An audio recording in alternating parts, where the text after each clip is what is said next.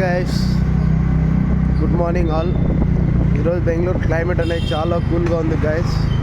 Like నిన్నటి నుంచి rain పడుతూనే ఉంది. ఈ రైన్లో అలా బయటికి వెళ్దామని సరదాగా వచ్చాను గైస్.